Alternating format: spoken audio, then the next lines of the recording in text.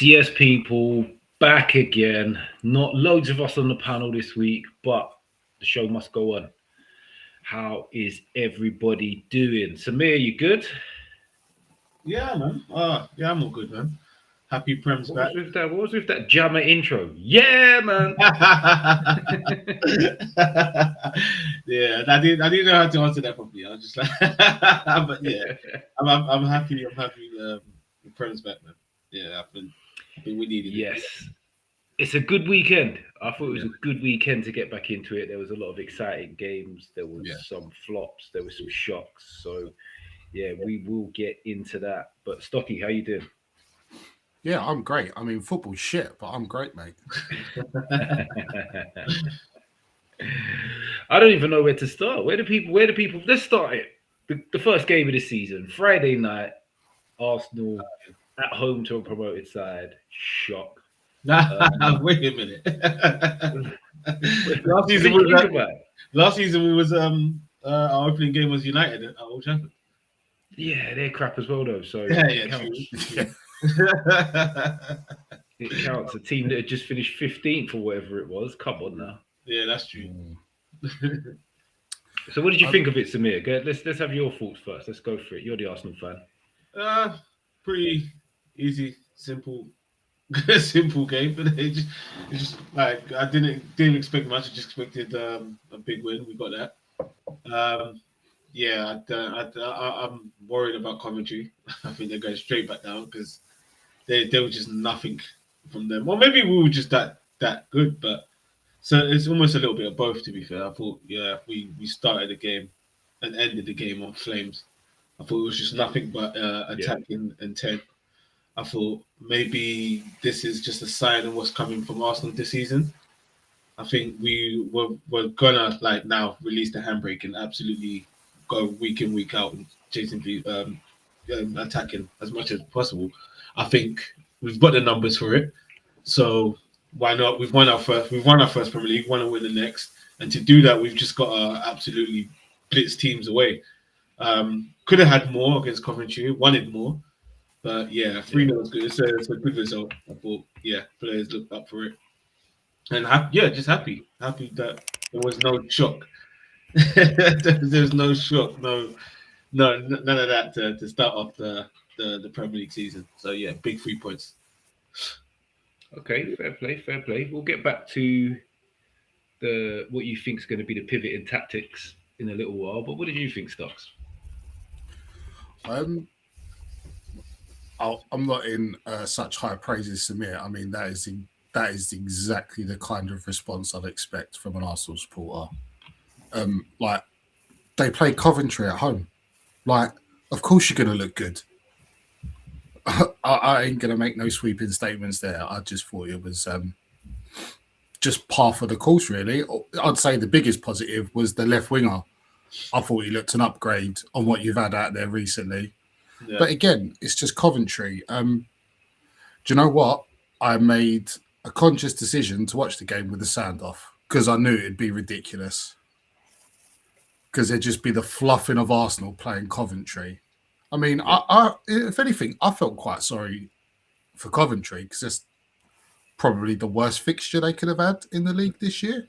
Yeah. To start off with. Yeah, 100%. Yeah, 100%. Yeah. I mean, Arsenal just done what they should be doing. Probably could have had more. Yeah. I don't think you can garner anything from in an Arsenal point of view other than the left winger. Is it I can't pronounce it properly. Is it Zolis? We said last week, didn't we? Zolis. Yeah, I mean, he looked good. Apart from that, I haven't really learned anything from it. I'd say the best thing for Arsenal this weekend was everyone else, and their failings. But I'm sure we're going to get to that as the show goes on. We will definitely get to that. Although I think they're too close, depending on obviously what happens right now as Chelsea are playing Fulham. I think their two closest rivals are potentially going to win anyway. So, yeah, I don't think there's anybody else really to worry about there. But were you not one of the ones who was in the camp of it was a bit of an anonymous sign then, Stocks? The way that Arsenal came out the blocks, looked quite free-flowing, attacking the game, and also that this is their pivot now. They're not going to be the defensive. They're not going to be like so handbrake on, and they're going to just go for teams and just try and go for the jugular and just kill teams with goals. I don't think that is. I mean, they played a newly promoted side that hadn't been in the Premier League for like 20 plus years. Like I won't. Like, there's not a lot to be impressed. They've gone out and attacked a side that look a bit underpowered at the best. Like any promoted side would look underpowered compared to the reigning league champions. I'm not gonna get too excited myself. I still think he'll use the same sort of tactics in what you'd call the crunch games, because I know you can't go too sweeping week one, but I think they'll already be comfortable before they get to them games, so they won't have to attack. Like I said in our predictions last week, I think they'll win it. Yeah. Maybe at somewhat of a trot. So, yeah. Just repay while you can. While the sun's shining. Because you would say it's, initial things, it's an underpowered league. I kind of agree but disagree at the same time, because it's too early to say sweep it. Yeah. On the surface, it looks like an underpowered league because there's changes across the board for pretty much every other team you'd feel might be in and around the mix. Like Liverpool got a new manager, Chelsea, Man City all got new managers. There's quite a few transfers going on and around all these teams. Villa look in absolute disarray after they've lost a load of players. And there's all sorts going on. But Samir, what do you think? What do you think about the new attacking? Because you kind of you touched on it briefly there. Do you think that's going to be more of your MO for the season, that you're just going to go at teams? Yeah, I think we got no choice. I look at like you said, our left winger. There's just so much energy coming from that left side, and we didn't have that before. So like, you think Arsenal? I think personally, Arsenal obviously did want to attack, but it's just the personnel. I think Saka played too many games. Not last season, but the season before. Like over a few seasons, he's played a lot of games, so he's kind of like slowing down. So you need more of a presence on the left side, because everything was always happening down our right with Odegaard and Saka, and we always needed that that balance on the left side as well to cause a bit of damage. And I think with this new left winger we have, I think there's going to be more of a balance on either the right and the left of an attacking intent. And as you can see with Solis, even with the City game, it's just every time he just wants to run. And I love that. I think the last person we had that with was Alexis Sanchez. Like, obviously it's too early to compare, but that's like I'm saying, that's how far back like we actually had someone who could run, dribble, and try to look for a man on that left side. So I think that's what's gonna help us a lot this season. I think it's tough because Skelly, you got Skelly as well. Like he's like a centre midfield who likes to get the ball forward, and he likes to attack as well with the ball. So you've got that, but then you've got Bruno as well. It's like we've got a headache in our sense of what do we do? Because I love Lewis Skelly because, like he said, he gets the ball and we get the ball forward. It's almost like, I don't want to say his name as much, but it's what we had with Partey. As soon as you get the ball, you see someone in the forward line, straight, here you go. And yeah, I think you get that with Lewis Skelly, but with Declan Rice, it's more almost side to side. It's effective, but it's side to side. It's not always forward. So, yeah, I think it just depends, man. Like I said, Mitch, I was speaking about Lewis Skelly. I think having him in centre mid adds to our attack as well. But I don't know. I question because yes, I watched a lot of Bruno's, but not as much. So I questions his attempt. Like, is it more like Declan Rice based, or is it like let me get the ball forward as much as like I need to? Yeah. That's basically the question. Like, yeah, there's going to be more attacking. That's what it mainly comes from. You need that attacking centre mid. You need that. That's what we've had in the past in terms of like the Gerrards and the Lampards and stuff like that. I'm not saying any of our midfielders are any of them, but you need that in that base. You need that number 10 as well. So yeah, it just depends on who we play. To be fair, in midfield. I think now that Arsenal have got genuine width both sides, yeah, people in the middle would look better because I think there'd just naturally be more space. Teams would be a bit more spread. Yeah, that is it, and that's it. Exactly that. Now you ain't got to worry just about Saka. You got to worry about the guy on the left, and who knows? Like Martinelli's on his way out. Could we get another left winger? Because we're basically selling two. Like who would you go for then if you reckon you might bring in another one? Again, I have no freaking idea. I have no idea. Bacola is a nice one, but I think he wants to go to Liverpool. Bacola would be a lovely old player to have. But yeah. I think PSG are just asking for too much. I don't see Arsenal going out and spending 100 mil on left winger. Would it be crazy for me to suggest that you go and buy like a hot prospect? Because I know ultimately you want to go one further in the Champions League, but you're already well in there. Like, might be somewhat of an understatement to say title contenders. Why don't you, like, if you're going to go for another winger, why don't you look for the next like 3 to 4 years in advance? 100%. But the question is who. That's the question. Why do we go back to what we used to do and sign absolutely no names right now and hope that the scout gets it right? I don't know. Maybe we go that route, but I do want a name. I do like Solis, but I feel a bit greedy. I still want, like, we went from having him and then we wanted Vinny. Like we can't just go from that to all right. Now we're not going to try and sign anyone again. Like nah. Like you want that type of level. You want that type of excitement. Like I'm hearing Julian Alvarez, but like, is he gonna play on the left? No. Like I don't know. It's weird. It's a weird one, man. There's not too many wingers out there, man. We spoke about this before. Like the question you ask is hard. Like who do I want? 5 years ago, I would have answered that easy, but like now it's just like honestly, I can't tell you. There's not too many wingers out there that are really shouting at us. I'm so excited about Vinny, but how do you go from Vinny to like who else is there like on that? Yeah, level? But you kind of got to. I know what you're saying about the scouts, but you kind of got to back them in this situation because you brought Solis in, who looks decent, looks like he's hit the ground running, and if you bring in someone, not say Vinny, but if you bring in someone of a level that's clearly above Solis, that's going to play pretty much every game, what then happens to Solis? This guy that's come in, he's looked promising, and now it's just like, right, you're going to sit on the bench. Yeah, that's the headache. That's the headache. You know what? I probably would have kept Trossard at this point. But Solis was the Trossard replacement, wasn't he? He's the guy that's come in.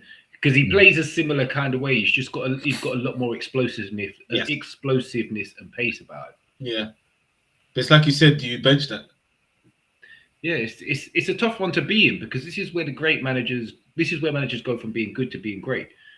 Because you can put together a good team to win a league like Arteta has done. He's built it over 5-6 years. But then to have a great squad that you keep harmonious and happy that can go for a full season without people kicking off. Yeah. There's a whole different skill that you've got to have. It's a completely different skill set. Yeah. No, it's very, very, very true. I feel Samir, someone you've been linked with that can play off the left is Kenan Yildiz from Juventus. Oh yeah. But Juve don't want to sell at all. They said like there's not any amount of money. Oh, is that the case? There's like no amount of money. Like it's done. Wow. Well, thinking back to the World Cup, what about that like Nusa that played for Norway? Norway. I quite liked him. Yeah. Bit of pace, bit direct. Yeah. I think a bit of World Cup hype is kind of like gone, like for a few players. Like everything's just gone quiet. Like you know the players that would like stand out and we talked about a lot. Apart from the one that's going City, the Moroccan guy, you don't really hear any move come off because of the World Cup. So yeah, but then surely this is the time you take one of those gambles. I feel like this is kind of the player that Arsenal need. I'm not going to put a name on it, but they need one of these early 20s, hasn't quite had their full-on coming out season yet, that will come in, that can rotate with Solis, that can play League Cup games, FA Cup games, the Champions League games when you've got like a pot 5 or 6 team out of that. You need one of them guys, I feel now, because if you bring in a massive name, I think it disrupts too much of what you've got good going on. Yeah, 100%. You've got such a settled side. Why would you rock the boat? Yeah, that's why I hate this whole like left footers having to play on the right wing. I know it's uncomfortable for some of them now to play on the left wing because we could have done with something like that. We could have done with like a Dauman able to play on the if he was able to play on the left, have him on the left. Like Saka as well. Have like a Saka or Madueke, just these left footers just go direct and play on that left. But that's a coaching thing though, isn't it? Because they can, because our new guy that's the winger, Bazamana Toure, is left-footed, plays on the left. You've just got to be able to adapt your system slightly to allow them to play on the left. And I think you've probably got the perfect left back for that. If you're playing Calafiori left back who wants to then invert into a fucking wide forward number 10 hybrid, like, why not have your winger on the touchline who can go down the line? Yeah, no, that's true. But I think we did try that with Madueke, and it's just like it just didn't feel right. Like the game weren't like we weren't playing to our game, and it just felt off. I don't know what it is. Like, yeah, I just wish like these players were comfortable enough to play on there, because that would take off the burden of having to go out and, like you said, Mitch, find someone that could just sit on the bench, come on, play cup games and stuff. But who wants to do that nowadays? Like that sounds like stuff that you were looking for 10 years ago. I don't know. You'll find loads of players as the Premier League champions that are going to play 60 games.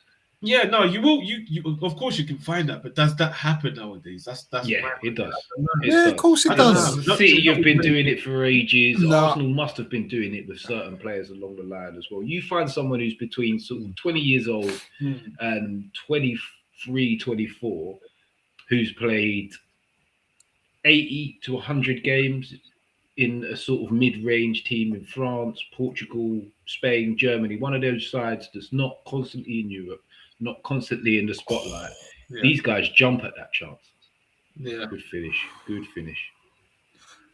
That's bad goalkeeping. Yeah. He's good. I like Josh King. He's a good little player. He is, No, that's someone we could be talking about. Good little player. If he played off the left, that's the kind of guy I'm talking about. That, like, he's been in the Prem, he's played pretty much a full season. He must be in and around 40 to 50 Prem games now, but he hasn't exploded onto the stage, so to speak, yet. And, he's clearly a number 10 as well.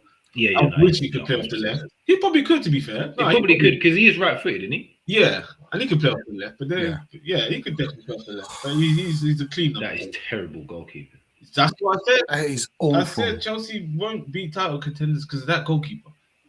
Yeah, that's bozo. They have to get a better, and then they keep trying with keepers. I think they've just given up at this point. Yeah, when your goalie's doing that, you can't conceding a goal like that. That's horrible. That is horrid goalkeeping. So are you still just as confident as you were last week? Because you was stalwart on Arsenal going to win the league. That's that. And if you was going to put, what do you think you need that would then push you to becoming more favourites in the Champions League as well. Then on the flip side of that, Oh man, yeah. You know what, man? I don't have the energy for Champions League. You know, no, that whole process of getting to the final and losing, it's just like that. That's drained me. Like to have to go through that again, it's going to be a lot. But yeah, I don't know. Maybe I felt like we had everything last season. It's just getting up against PSG.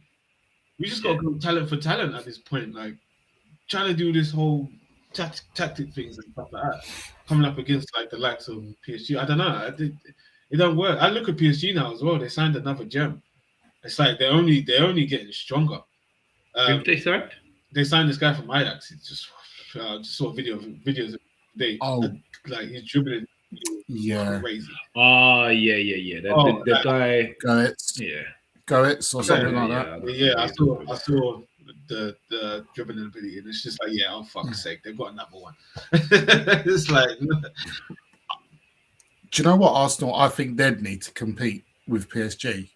I still think you need that sort of the striker you go, he's going to score today. yeah.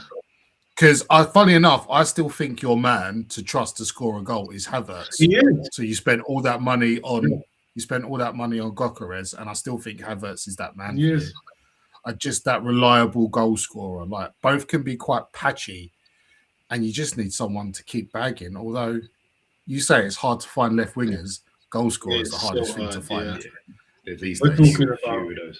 We're talking about one of the best strikers in the league. Sometimes struggle to find goals. He's not really finding goals week in, week out anymore. What is it that I heard the stat the other day? Actually, he hasn't scored in a while in the league. I think it's like 6 or 7 games. Yeah. Yeah, I'm sure. He's cut all his hair now though, so it might be like Samson. People have told him the power's in their hair. He'll cut it. He's cut it. So let's see what happens. Yeah, true. But like, yeah, it's like to get these week in, week out strikers is very, very hard. Just like like Stock said, wingers as well. It's just I think strikers are just about. There was on a comeback. Now it's just gone quiet again. Yeah, true number 9s are few and far between these days. Everybody wants to be a tricky winger that cuts in and scores rather than number 9. So yes, it's a bit of a mad one. No, but like I totally agree with what Stock said. I think that's key because I look everywhere else. I don't see a weakness. I just see, up front we don't have that. Yeah, you know what? Fuck it, I'm going to score today. Because if we had that, that Champions League is ours. I don't know. Maybe like you never know. I like us being linked with Julio Alvarez, but I'm not going to get my hopes up because it's like it's almost like the Vinny one. It's like like it's not 100% sure thing, but Alvarez is probably better than Gyökeres and Havertz, I'd say. Put him up front. I would say that. Yeah, I would say that. My only thing I'm not sure if Alvarez is the type, but my only thing on the signings that you're looking to make, him and Vinny and stuff like that, I just think it unsettles what you've got a little bit because you haven't got the superstar. Yeah. Arsenal were a very good team. They're a very good unit, but there's no out-and-out superstar. And I feel like if you add someone in that's got that little bit of attitude about them towards that, it could be a little bit of a disruptor in there. Yeah, I agree with that as well, man. I agree with that, especially when he, like, say, Vinny was to come in and he'd be on like 600K a week. And the way he moves already, like, it could. Like, because he's not a good guy in La Liga. He brings a lot of like controversy sometimes in terms of like in-game stuff. Like he's always beefing with players and stuff like that. That's not a bad thing, but like there's always something. There's always something. Do you want to bring that into the changing room? Because at the moment Arsenal are all right, like, but to try and bring that into the changing room, of course you want the talent. We've got to look at the talent side of things as well. Of course you want the talent, and I think the talent would outshine the attitude and stuff like that, because he does that for Real Madrid anyway. I'm just gonna say something, John. I can see your comments on YouTube, but I can't see them on the stream. I don't know what's going on, so I'm not really sure what the hell's going on. But he's saying that someone let Todd Bowley know that Aaron Ramsdale wages need taken off Southampton's books. Then, is there an argument that Alvarez may be an issue to harmony, has caused issues on his way out of City and Athletic? So No, yeah, and also if he goes to Arsenal, he's still going to flirt with Barcelona. That's what everyone's saying. Everyone's Yeah. saying, "Oh yeah, Arsenal don't sign him because he doesn't want to come to Arsenal. He just like was second best." And I'm saying, I don't give a fuck, man. Like that was actually John's third comment. If Barcelona or Real come calling in a couple of years, will he do the same to you? Do you know how many times these lot, like, everyone wants to go to flipping Barcelona and Real Madrid. I want to go to Barcelona and Real Madrid. Like, that's the main two. Like, it doesn't matter. Like, if Barcelona and Real Madrid want that player and he's come to you, like, that just, it tells you everything, like, what the type of player we're getting. So how's everyone turning around saying, "Oh yeah, he doesn't want us. He wants Barcelona." Everyone fucking wants Barcelona. Let's be real. Very good point. Like, you think Haaland wanted to come to City? No, he wanted Real Madrid. No, I think Haaland did. No, Haaland did, but there's a link there. Like, yeah, his heart obviously is set in City, but like, let's be real. If Real Madrid and City were like money for money equal, and they put like the same amount of transfer in, I think there still would have been a discussion to have, because I don't think. No, but that's his dream.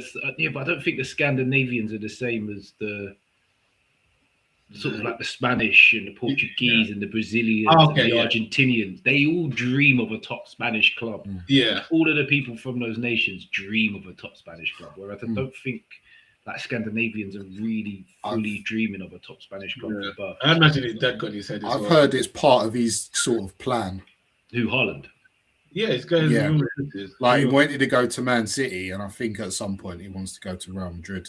Yeah, okay. I've heard that so many times, like listening to I listen to my nerdy football podcast, and they say like he's always had a structural career. So he started at Mulder, and he was like, "I'm going to go to Germany because it's like good for his progression." Like he's very clear of how he wants his career to progress, and who knows? Because I ain't the biggest fan of Marseca. If City have a stinking season and they actually get punished for their 115 charges, gone.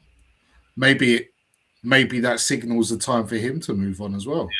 Yeah. To be fair, that's where I was going to go next. Like, because City, they played Bournemouth yesterday, and like I've always said, Maresca's a madman. Like, he's just a psycho. It was Leicester he was at first, wasn't it? And when he left, they were relatively happy that he'd gone to Chelsea. Chelsea fans were happy when he went. He's now got the Man City job. And yesterday, he started Mark Gay in centre midfield. Like, this is fan forum stuff. Like, over my years of reading fan forums, looking at Newcastle stuff. Do you know the amount of times I've seen fans suggest people like Colaccini and Fabian Schär to play DM? And it's just like, what? No. Centre backs by trade. They play centre back. If we need a new DM, we sign a new DM. And now Maresca's just rolling it out at Manchester City with Mark Gahey. And I think I kind of get it from the defensive viewpoint, but I think you saw a few times when he was receiving the ball, not facing the opposition goal, how awkward a centre back can look in centre midfield. Oh yeah. Yeah, hell yeah. And it's the same the other way around. Sometimes when a centre midfielder, especially their holding one, you think, they're only dropping back 10 yards, they'll be fine. Absolute fish out of water. Yeah. Madness.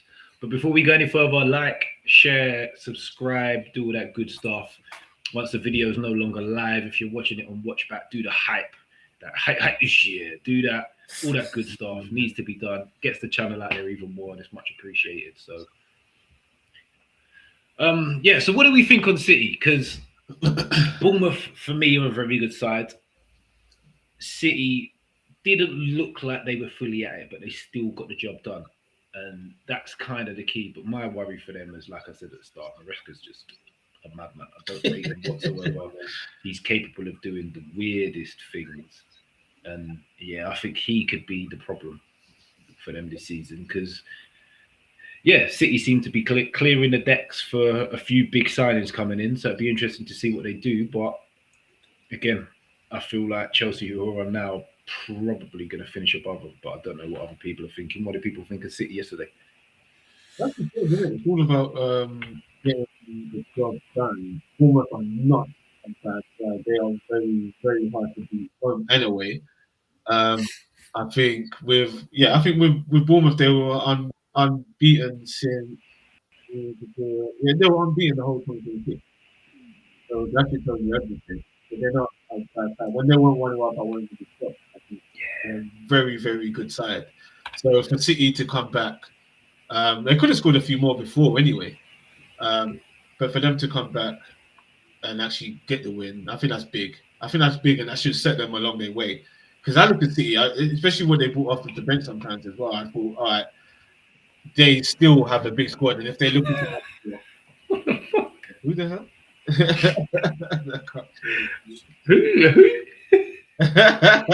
That one didn't show up on YouTube. Maybe that one got blocked, but yeah, the chats are back. I've got them live. That's why I jumped off screen quickly because I had to refresh to see if I could get the chats back up. So if there's people there wanting to throw a comment in, I can see the chat again. So run that. Yeah. Sorry, City. I missed what you were saying there while I jumped in and out. Yeah, I just think that results like that just set you on your way. Maresca's first game, he's trying to look at things. The whole gay stuff, even from the beginning of the game, I was like, what in the hell are you doing? Like you said, he just looked uncomfortable. It's not right, and I don't think you know what? They're gonna sign a DM, and then it's not gonna happen again. So, and I'm fuming about that because I would love to face them with that with Mark Gay in DM. So it's too late for that. That fun's over. I think City will still be strong, man. I think once Haaland clicks, I said to my brother-in-law, I thought they will beat all the teams that are below, the smaller teams, I should say. I don't know. Games up against Liverpool and United and stuff may be a little struggle, but I don't know. I don't really see them losing too much, so I still believe City will still be our closest challengers, because I just don't see too many teams that could beat them, especially if they add as well. I just thought they still got a strong squad. Yeah, very strong squad. What are your thoughts on this, Doc? As I said last week when we was having our predictions for the season, I do agree. I think Marzeka will be troublesome for them, but even if Haaland has an average season of around 20 goals, that's still enough to cover a lot of deficiencies, paper over a lot of cracks. Funny enough, I missed the 2 goals yesterday. I thought City were huffing and puffing that badly. I was like, I'm not going to miss anything. And I popped to the shop to get my stuff from the dinner, and I was like, I come back and I went, oh, you're fucking kidding me. Because I didn't think they looked like scoring, and obviously bringing on Cherky was the catalyst. Yeah. I think that could be a worrying sign for the rest of the league. Like if Marzeka, because Pep didn't always have him starting. It wasn't until the latter months of the season. If he starts regularly and can play the way we all know he can, that could be troublesome. And that's not for the rest of the league. That's also troublesome for people like Foden and Grealish. Because I think if you've got Cherky there, you want that raw pace of Doku, the other side, because it's good balance. Yeah. So, them two would just be... I know you did. You got Semenyo as well. And Semenyo, yeah. So perhaps one of them might have to go to get minutes. I think he's going to spend so much time trying to work out the formula that he likes. He could drop points along the way. Okay. Do you know what I mean?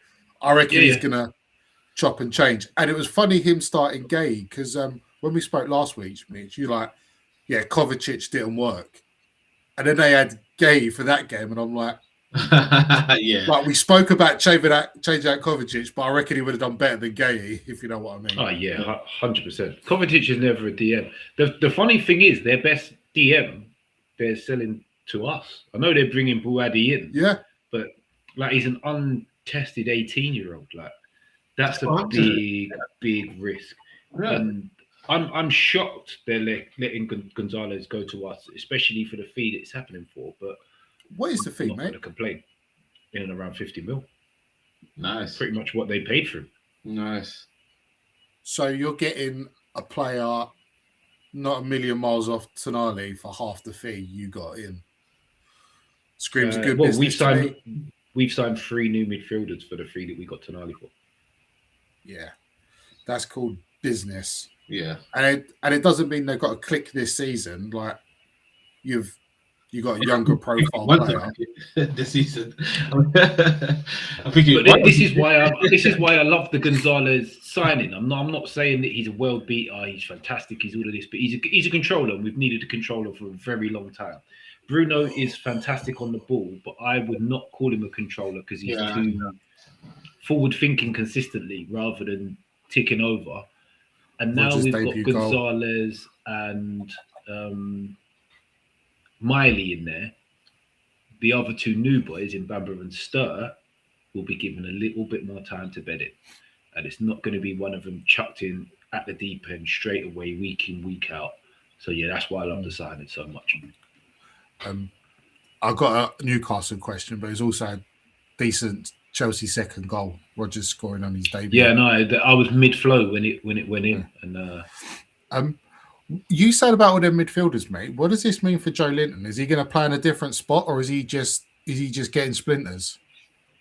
I think he's just going to be getting splinters. And Newcastle fans, do not murder me for this. I'm quite happy about it. I said last summer it was time for Joe Linton to go, mainly because of the deficiencies in Tonali on the ball. Because Bruno, very good on the ball. Tonali, fantastic athlete, not great on the ball. Pair him with another fantastic athlete that's not exactly great on the ball as well. It's kind of the reason why we never controlled games, because 2 out of the 3 midfielders you wouldn't really trust on the ball that much. And yeah, I think we've completely gone the opposite way. Joe Linton is our vice captain, so he'll still be in and about it. But unfortunately for him, he's picking up injuries left, right, and centre. He's got another one at the minute. Then you're going to have Gonzalez comes in if he hits the ground running. Miley's first choice in there, 100% for me. Stir played quite well yesterday. Bamba played well when he comes on. If these guys keep performing while Joe Linton's sat with the doctors, then he's got a massive task, because at the minute we've got 5, maybe 6, maybe even 7 for 2 spots. Because you've got before we spoke about Joe Linton, Ramsey, and then you got Joe Willock. What I did like, I think he would be a useful player to have coming off the bench, because what I did like, you were direct. Like when you attacked, it was direct and quick. Yeah. And in more ways than one, Joe Linton could be quite an impact player. Yeah. It could. Not a bad shout. The thing for me is that in the role he'd come on in, this is going to sound weird because he hasn't been great for a while. I'd prefer it to be Joe Willock. Yeah. Because he just trust him on the ball more. He's just a problem. Like, he's gangly and awkward, but he's just a problem. And I just trust him more to deliver something off the bench in the last half hour. Because as much as Joe Linton's got good running power, I'd say it's more defensive running power than attacking. So, I could see him being a little bit of a closer and a little bit of a utility man. Like, say, some reason in the game we need to bring someone on to play left back who doesn't normally play left back. I think Joe Linton could become a bit of that guy for us. A little bit of a James Milner-esque type of man. But interesting to see. I think we're in for one hell of a fun season. Yeah, I was surprised about you lot yesterday. I really was. I just think you probably have the best stadium and fans in the country that will always lift you. That stadium is honestly, you score one goal and the roof comes off, man. Everyone is jumping on everyone. Like, see how the cameraman goes to the fans, and I just think, these fans are too crazy. It's the only thing that keeps you alive is that stadium. I'd say. I don't know about too much about your say away. the only thing that keeps. No, I don't know too much about your away record, but like when it comes to your home games, it's something different. Like I don't. Our away record last season was terrible, but the season previous to that, it's been decent. Last season it was terrible. Yeah, but then if you took away your like how amazing your home games are, I think you probably would have been in like the worst positions. Like I think you could say that about most teams though. There's very few teams in the league unless you're winning the league or you win like 80% of your games. I would say most teams don't have a very level home and away record. No, but I base it off your squad. Your squad ain't the best, but when you come up against you at St. James's Park, it's something different. You don't get that. I'll tell you what. See if they've had enough time to drink. When we come off here, it don't matter when we come off here, I will send you 2 Newcastle starting 11s, with no players duplicated.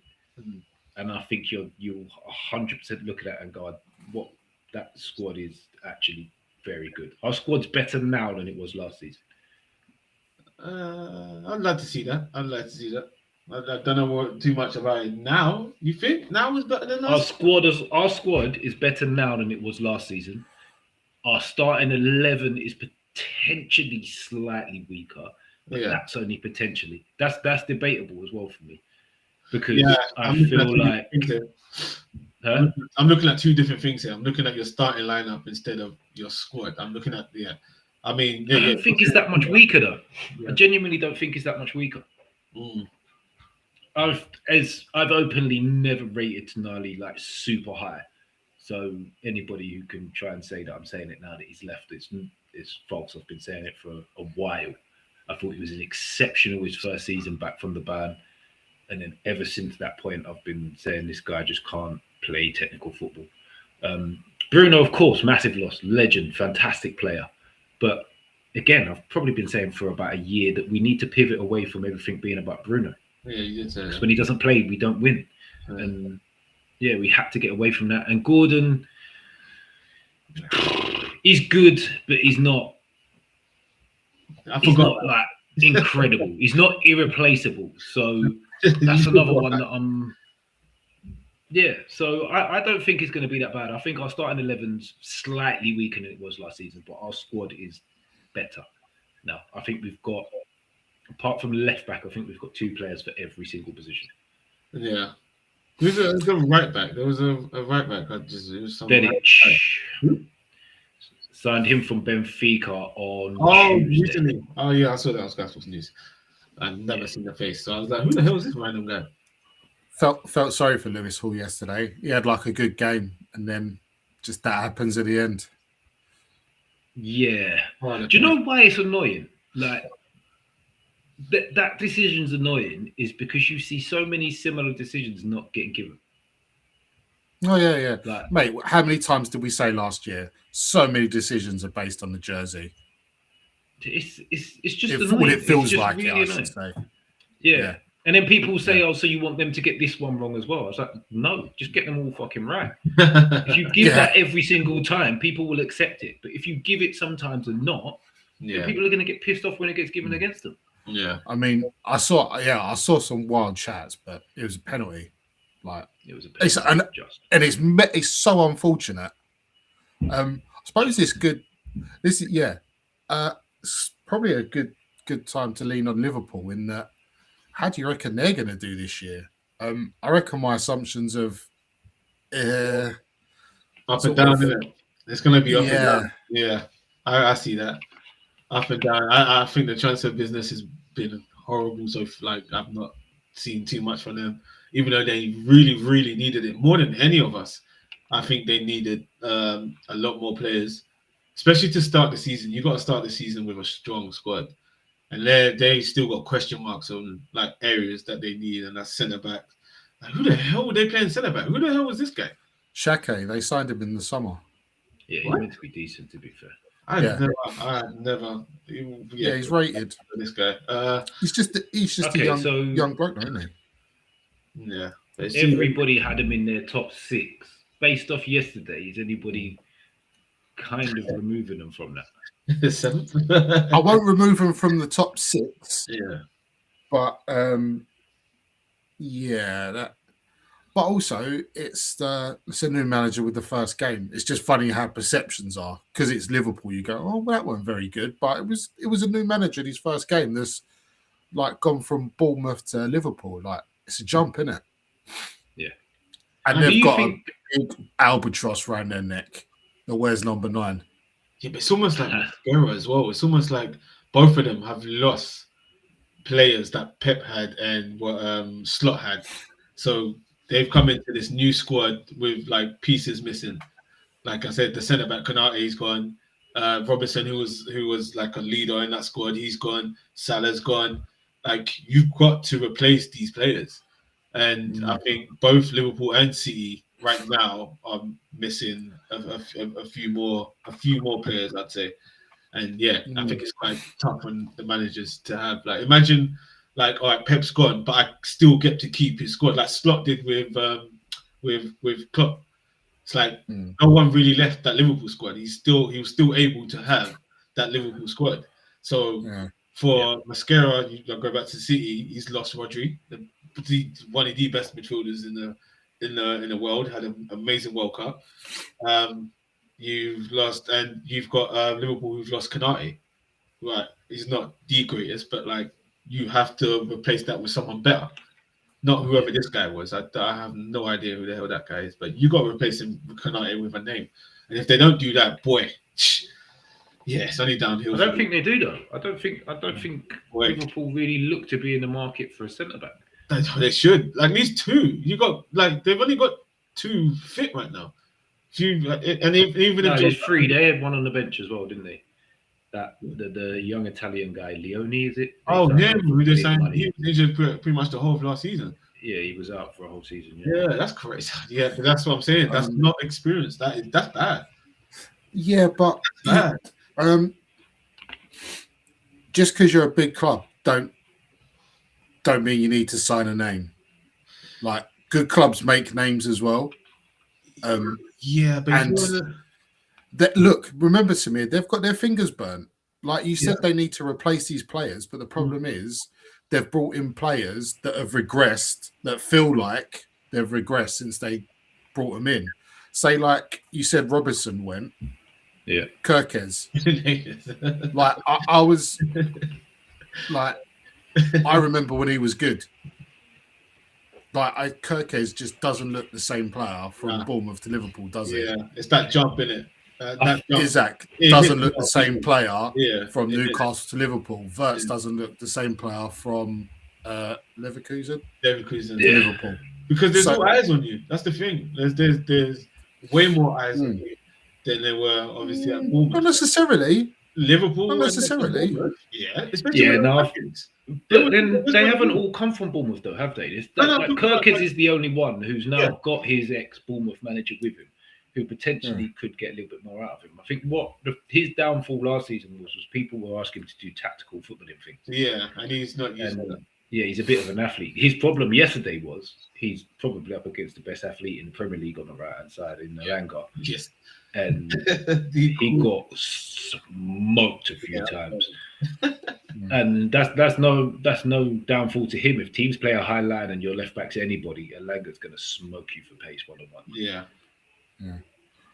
But I think Liverpool's a weird one. John's just added, for some reason, John, the chat's still not working properly, but he's added Van Dijk is an increasingly depreciating asset, and I think he could be in for a really serious drop-off this year.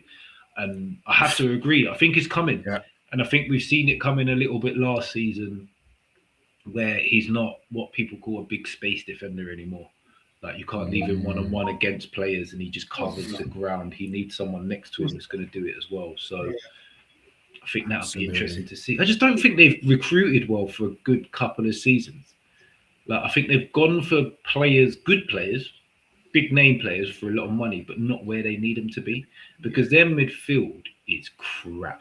I don't care what anybody says. Gravenberch and Slobbersley does not fucking work. They're 2 8s. There's no 6 in there.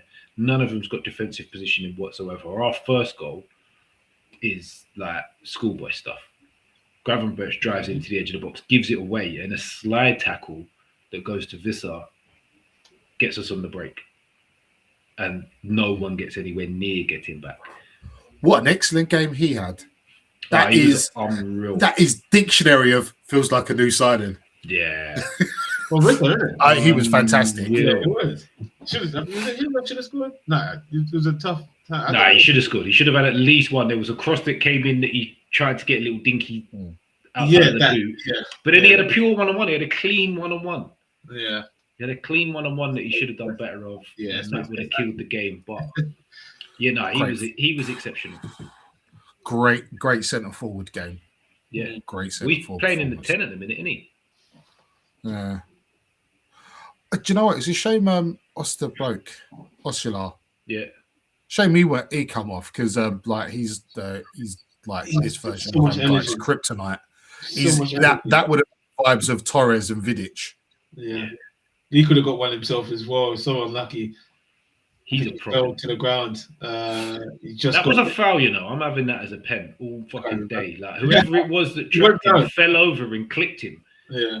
And that's what got him injured as well. Although he did play on after half time for a bit. I think he's got a little knock on his ankle. But he's an animal, that kid. He's very raw, but I think that works. Yeah, it does. Definitely don't want to coach that out of him. Just run at people and bully them and scare them. Yeah. No one like Van Dijk these days is always going to back up. So before you know it, you're already 30 yards closer than you would have been. Yeah. I think he's happy to shoot from anywhere within 30 yards on either foot as well. I think the fact that we're questioning the Van Dijk stuff now speaks volumes of Liverpool's defense and how in trouble they could be. Like that's their best defender they have right now. And I questioned it when they re-signed him. Well, last season, yeah, he was out of it, man. I think he should have just left on a high, but now it's just, I don't know. It's bad PR to lose Salah and Van Dijk at the same time, both at the end of their contract. It's bad PR, but it's also bad PR to throw ridiculously large contracts at two players when they got caught in sentimentality with them two, I think. Yes, Vinny. Been a long time. I deliberately jumped out to jump back in so I could pull that on the screen. So it's been a while I've been here. Hope you're well, my friend. Keep dropping your chats in. For some reason, I can't see them live, so I've got the YouTube stream open to the side of me, so I'll read them out rather than putting them on screen if you want to keep involved. So pick up yourself. Yeah. Yeah, well, I think they're in for an interesting season. Same as us. Ours is going to be up and down. It's going to be peaks and troughs for a team with the age that we're at. That's the youngest starting 11 we've put out for something like 26 years, I think it was, they said.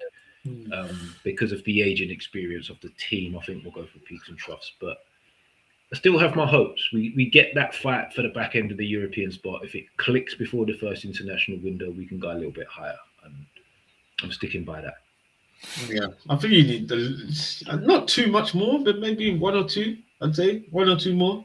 I'm saying two. I reckon we need a technical right winger, someone that can get on the ball, control the game, and create a little bit from out there, and another centre back, one that, if it's possible, one that comes in and starts. If not, one that comes in and feeds in between Botman and Chow. And Burn and Shaw, feeds in that little gap there. But he needs to be a versatile centre-back. So someone of the ilk of a Josh Achimpong that could potentially play fullback as well. Who was playing centre-back yesterday? Botman and Chow. Oh, Botman and Chow. Yeah, you always have like... They're our best two. Like people, like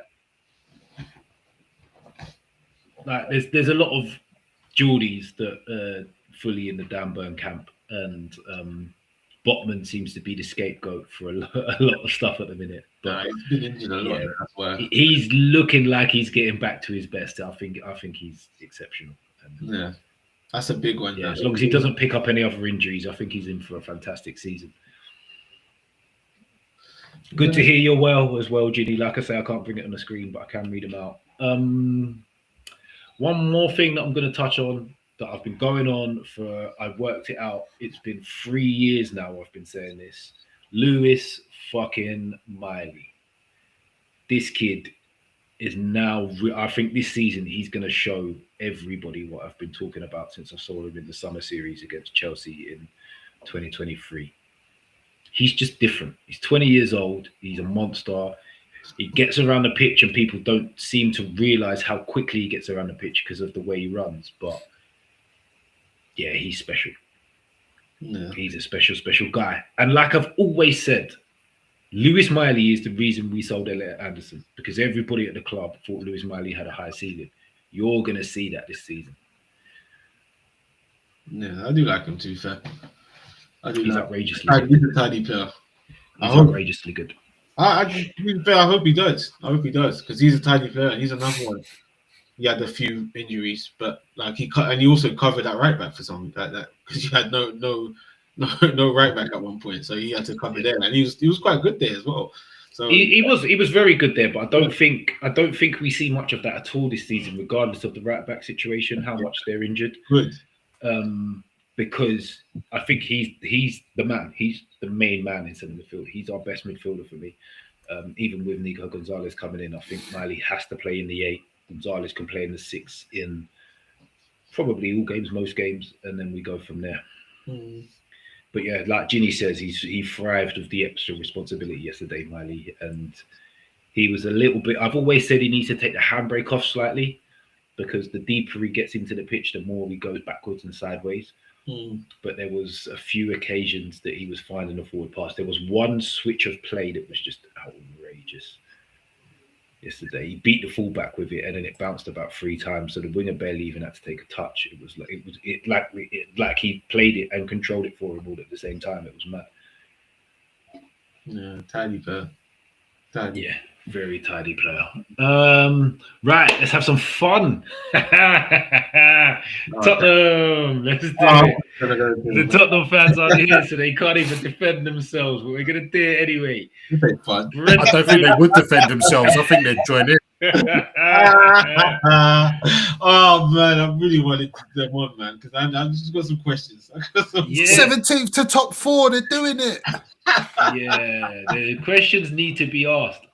I wish I had a Spider-Man meme up, because their midfield was exactly that. How are you playing Tonali, Bergvall, and Gallagher as a midfield 3? They're all the same fucking player. That is the worst midfield ever. Oh my god. What a horrible midfield. But let's talk on it, because they got absolutely battered by Brentford. Like, it wasn't just 3-0. Like, it could have been 5, 6, 7. They got battered. They got outplayed in every single position. They got outfought and everything. I know that they've got some players missing, and they're going to say 5 or 6 of them probably won't start going forward. But to get slapped up like that is embarrassing. And then your manager to come out and say, we knew we wasn't ready for the season to start. Damn. You said that. Christ. Oh, damn. Oh, I'm not going to go too mad, because I'm not gonna coo about things until De Zerbi's properly fucked up. Yeah. God. To be fair, I probably shouldn't have said what I said as well. We've got them next weekend. Yeah, exactly. Yeah. You win. No, there's a lot. I ain't got to worry about that this year. There was a lot of excitement just because they managed to get over the line by a point last year. Yeah. And just because, like, when will people learn that throwing money at things doesn't make you a better side? Yeah. And I don't know if I said it on air. I was just at the weekend, but they're signing all these players. They've still not got a centre forward. Yeah, that's what I said. If you're not going to score goals, you're not going to win games. Yeah. Yeah, and I didn't watch the game because I was still travelling back from my own horror show. That as well. Saw also another one, exactly the same player, not technically good, but a runner. Fernandez, although he's a better footballer than most of them, he's also box to box. Yeah, but then he has got a little bit more technical about him. Yeah. He's a much better footballer than the others, I would say. Yeah, but still, there's no. But who's the DM? Who plays DM in that team? Who just sits and holds and wins stuff, breaks it, controls the game? I don't think they have one. I think they've spent their money horribly. there was Tottenham fans telling me that Tonali was going to be their 6, and I was like, you're never going to control a game with Tonali in DM ever. Tottenham fans are clueless. It's madness. And yeah, Ginny again. What's he saying? He's saying Spurs will have Porro, Van der Ven back next weekend, plus probably Marmouche, who loves playing against us. So that is true. That is true. But we shall see. If it's only them 3 that come back in, I don't think it makes enough of a difference. But we need to show up again as well. And we've both got games midweek as well, haven't we? I think. League Cup. Yeah, Tottenham in Europe. No. No. Oh, It's 17th. Oh, yeah. Yeah. It's You never know, 17th. they might I've been have getting away with it 2 years on the bands. You never know, they might have snuck in through the back door somehow.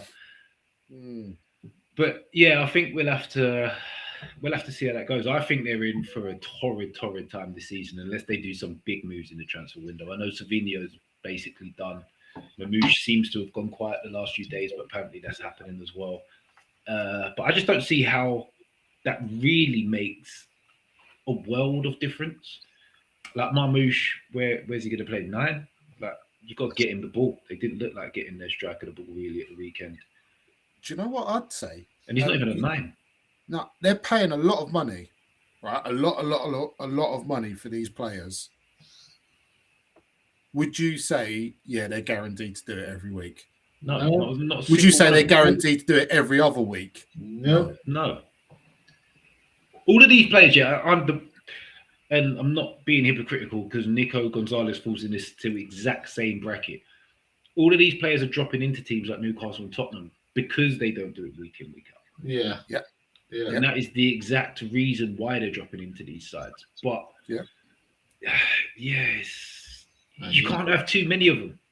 We've that's the reason I think we're going to be hit and miss as well, because we've got quite a few that could be on, then off, then on, then off. But we also have a decent core of players that I think I'm pretty confident you get good out of most weeks. Like a whole back 4, I'm confident we get pretty much the same performance out of them every single week. Lewis Miley add into that. I think Johan Wissa, you can add into that. You know exactly what you're getting from Alanga and Harvey Barnes. Same with Ossola. So you're only going to have 2 and maybe 3 of the hit and miss players playing at the same time. And I think you're very rarely going to get 3 off. Whereas I think Tottenham have got 6 maybe in their starting lineup. Yeah. Who's even Robertson, who's old. I read that he played all right. Like, he was one of the few that could sort of, because he runs about a lot and he tackles people really hard. Like, when you're getting battered, you look good when you run about and tackle people really hard. It's funny. I know so many Tottenham supporters that fucking hated him at Liverpool. Yeah. Oof, that's tidy. Yeah, to be fair, I've hated a lot of players and they end up on my club as well. So It happens to me all so many times. the That's why I don't hate anyone anymore. Actually, I'm different to you boys. They get to my club and then I hate them. No, you've had one recently. You've had the most recent one though. Callum Wilson. Oh yeah. He's definitely had the most recent one out of that. Was a big one. Yeah, I've had loads. Like I ran a whole Shelby, Gordon. Gordon was the one. That's what I was gonna say. I ran a whole narrative when Gordon was at Everton that he gets more yellow cards and he scores goals and all of this and all that. And the next thing we were paying like £55 million. Oh no! Why? What are we doing? Which that's light work compared to what I've been saying about Havertz. It is light work to what I was saying about Havertz. Well, you know the ones that used to say Thomas Partey was better than Declan Rice. Oh yeah, and then that we got. Yeah, absolutely. My cupped off overflow. Get back to Saturday's game. As I said, I didn't watch it. It's always funny to laugh at Tottenham. Like, we've got a season in this. Don't worry about it. They're not going to be good. How good were Brentford? Oh yeah. Could you enlighten me? Well, I would like to take all of the praise for what happened to Brentford, and you're welcome, Brentford fans, because last week on this very show, I declared you to be the surprise to have a poor season, which means the complete opposite is going to happen. So you're very, very welcome. But yeah, I thought Brentford were excellent. Like the way Keith Andrews has set them up and what he does with Keane Lewis Potter is outrageous. Like this guy literally appears everywhere and he's effective. And their system is so good that you don't even realize that it's a left back because you can still see their shape while he does it. Everybody maneuvers around to make sure that they're never left open with Keane Lewis Potter floating about the way he does. And that's just credit to the way Keith Andrews has set them up. But they've got like a young, hungry starting 11 that's got pace, power all over the place. And yeah, they just battered Tottenham to death. Good technical players. Yes, they have, yeah. And the centre midfielder they signed, Sangare, I think it is. Yeah. Excellent looking piece of business. It's another one. Can he do it every single week? Is it going to be a week in, week out thing? Is he going to be hit and miss? If he keeps performing like that, come next summer, someone's going to be looking to spend 80, 90, 100 mil on him. But yeah, exceptional. There was an article. There was an article out today in the Athletic about him, how other clubs had looked at him, not really taken the plunge, and Brentford through like it's like when a small club, small club gets a player, they go, oh, it's all about data and everything. When a big club does it, oh yeah, they just find good players. So I think that was a bit disparaging of the article, but yeah, they've picked up another gem that other sides didn't fancy. I was just about to say how Brentford go about their way very quietly, and no one really noticed until you see them on the pitch, and then you're questioning, oh, who's this player? Yeah. All right, this is tidy, okay. But like what Samir was saying earlier about taking a bit of a gamble on players, when you're Brentford, when you're Newcastle, when you're Brighton, when you're in that bracket, you kind of got to. Because once they've already been in the Premier League and they're already on 70, 80 grand maybe, some of these clubs can't afford them anymore. This is why Newcastle have done what they've done this summer. Everybody's talking about, you're spending loads of money. It can't all be about SCR. But you've got to look at the turnaround of wages. We've got rid of players that probably earn up to about £500,000 a week in wages, if not more. And they wanted to earn the players that have left, they probably wanted to be on north of 700, 750 a week between them. We just can't do that. Our highest earner is £150,000 a week, which is massive in regular people money. Who's that? It's probably. Please say Young Whistle. Huh? Please say Young Whistle. I don't think it is. Damn it, man. Don't think it is Young Whistle. It's probably someone like Joe Linton because he's had like 3 new contracts since he's been with us. Let me have a look. Oh God, Man. Sanchez is doing his best. I reckon he's got a few grand on a draw. So he's just giving away stuff. Good grief. Geezer couldn't catch a cold. Unlike me. Oh my word, that is horrible again. He's so shit. That is so bad. Yeah, see, Ginny's saying Joe Linton as well, so I'm confident in my Joe Linton shout now. Yeah. And John has turned around and said Bazunu's gross. Oh, I love that. So yeah, wages wise, lucky, bang on. Joe Linton, 150 grand a week to make Samir happy. Vista 140, Sven Botman 140, Voldemar 130, then Ramsey 120, Elanga 100. That rounds out everybody that's on 100 grand in our squad. That sounds like back in the day, like people on 100 grand used to be huge. Now everyone's on it. Like it's just like it's nothing. Lounge drop at Chelsea. Yeah. 100 grand. But then you look at some of the players we've brought in, they're on like relative peanuts. I'm not sure if most of their contracts have been disclosed, but I would be surprised if combined they were on 200. Yeah. So yeah, that's why we've had to do what we've had to do, and that's why you're now seeing all of these lovely little commercial deals that Newcastle are doing with people. Because all of this is needed to make sure that we draw in line with the big boys so that when these players are now established and looking just different, we can go, yeah, you go, here's 200 grand a week to 4 or 5 of them, and it not completely destroy our SCR. Yeah. Yeah, and Brentford again. Like speaking of them, they do well like bringing people back to life. Look what they've done with Jordan Henderson and Ericsson, like players like that. Like they take, like you said about literally with Ericsson. They brought Ericsson back to life. Literally with Ericsson. So on what we were just saying about wages, their highest earners on 75 grand a week. Brentford's 75 grand a week. flipping hell. That is crazy. Damsgaard and Thiago are on 75 grand a week. In this day and age, that's crazy. Yeah. And so, but that's why they can take these gambles, because they can go and look at someone who matches all of the data. Yeah. Go and watch the player a few times and think like, yeah, we can make this work. Mm. Whereas some of the other bigger clubs are going to be like, we kind of need established, tried, tested now. And these so-called smaller clubs need to keep doing what they're doing, because that's how you bridge the gap. You get them in £30 million and you get them in on 75 grand a week, and then someone comes in 2 or 3 years and pays you double what you paid for them, gives them triple the wages. That's how you bridge the gap. And then you watch them flop, usually. Yeah. Because they do usually have a stinker. Yeah. Callum Wilson. He's 5 goals away from the 100 club. Callum Wilson, yeah. That's why he went to Brentford. And also because he's a Will Salthouse client and we've kicked out Sullivan.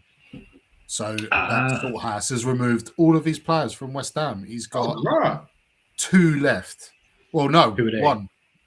One, it's a young lad in the youth team called Fearon, because Wan-Bissaka's gone there as well. He's gone Villa, isn't he? Yeah. On a loan with obligations should criteria be met. Yes. Well, Villa are next. Yeah, another stinker. Equally as funny. And Yeah. They took a hammering as well. Yeah. And it was like a 30-minute hammering. Like Bradson just went off on them for the first half hour of the game. And they got a red card as well, Villa. Do you think this could be the beginning of the end of their little stint? Yeah. Because they've had, like, a lot of people have been saying to me, how do you compete? How can you not see yourself near the relegation zone? You've lost this player and this player and this player. We lost 3 starters. We lost the main man. We lost Tonali, who I'll say again, haven't ever really rated that highly, and Gordon, who's replaceable. They've lost about 4 or 5. Like from the team that won the Europa League, I think they've only got 3 or 4 starters left. That's an overhaul. Yeah, that's poor. I mean, and as Ginny says, Ollie Watkins is doing an Isak to try and get that Saudi money. So do people think they're actually in a little bit of bother here? Yeah, big one. Not even based on the result. It's just like you're like you said, they've won Europa League, now in Champions League. So let's do this and just go to the next step and be as close as we can to the title race. And it's just gone bam. We've lost players after players after players. It's like, wow, your main players. Like how? Like you're on this, like I said, you the bar, you're getting higher and higher now. You've got a good manager, you've got a good squad. Boom, all of a sudden you're still getting bullied by the likes of Arsenal and Chelsea. And so I found it deep because you need clubs like Villa to Villa are in the exact same.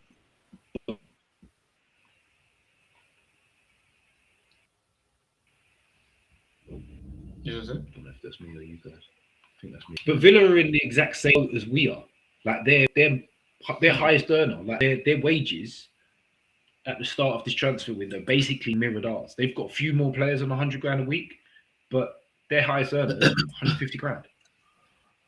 And they've got 2, and then it gradually comes down. And I think they've probably got 9 or 10 that are on 100 grand a week. Yeah. So they're in a similar bracket. They can only spend a similar amount of money on wages as we can. So that's why they're having a little bit of revamp. But I feel like your Wan-Bissakas and your Goretskas and stuff like that are like massive risks because they're coming in on quite decent wedge, and you need him to perform, rather than where we've gone youngster, relatively unknown fullback who are coming in on minimal wages. Like, yeah, they still need to perform, but they're not on that upper echelon of wages within the club, so they're not instantly seen as a senior player that has to go now. If that makes sense. Yeah. Yeah. Yeah, I'm worried for them. Ultimately, there's less pressure on them as well. Look at this. This is the core of a team. Martinez, Konza, Tielemans, Rogers, Watkins, Anana, ACL, Dina's gone to PSG. Oh yeah, that is literally the core of their team. I've clicked on one. Yeah. That is literally the core of their team. Emma Martinez, Konza, Tielemans, Watkins. Goalkeeper, arguably best centre back, best centre midfielder, striker. That is literally the core of their team. I think they've upgraded on fully keeper. Agree with this as well. They've upgraded on the keeper as well. I'm not the biggest Martinez fan. They got the Japanese guy.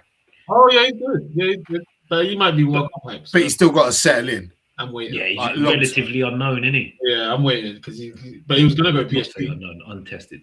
He was about to go PSG, so that should say something. But yeah, we have to wait and see. Wait and see on that one. Very much untested. Yeah. I feel sorry for Emery. Sorry, mate. I just feel sorry for Emery. Yeah, me too. I think Mitch, what you're basically saying as well is that obviously these clubs are coming with, hey, listen, we can give you 300k a week. Come over here, which is unfair, man. Which is messed up, man. That's messed up because, like I said, I'd like to see if Villa were able to keep hold of these players and add more and see where they could go next. Yeah, and then it's been ripped apart. You say it's unfair, yeah. And I think part of the financial rules are unfair. I don't think they are. They're not all unfair, but I think part of them are.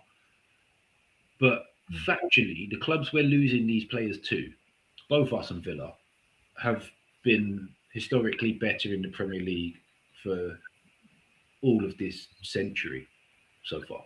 Yeah. So we can't cry and say, well, we should have parity with these clubs that have been doing it for 25 years. Yeah, but you're in a position where you could be like a Man City, you could be like a Chelsea. But I've always said I never wanted to be Man City or Chelsea. So I'm not as annoyed by not being able to spend all the money as some fans are, because I like the fact we now have to grow organically, and we've got to do it the right way and do it within the rules and build and grow the club as a whole.